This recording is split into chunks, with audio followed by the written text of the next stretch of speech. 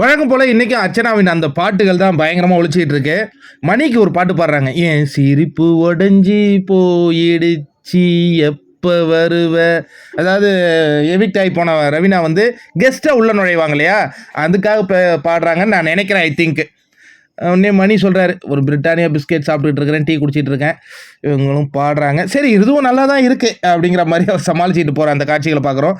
இன்னொன்று அந்த அம்மா பேட்டை ஐயம் பேட்டை அந்த பாட்டுக்கு பெட்டாரப்புக்கு பண்ண அந்த மாடுலேஷன்ஸ் எல்லாமே நல்லா இருந்தது.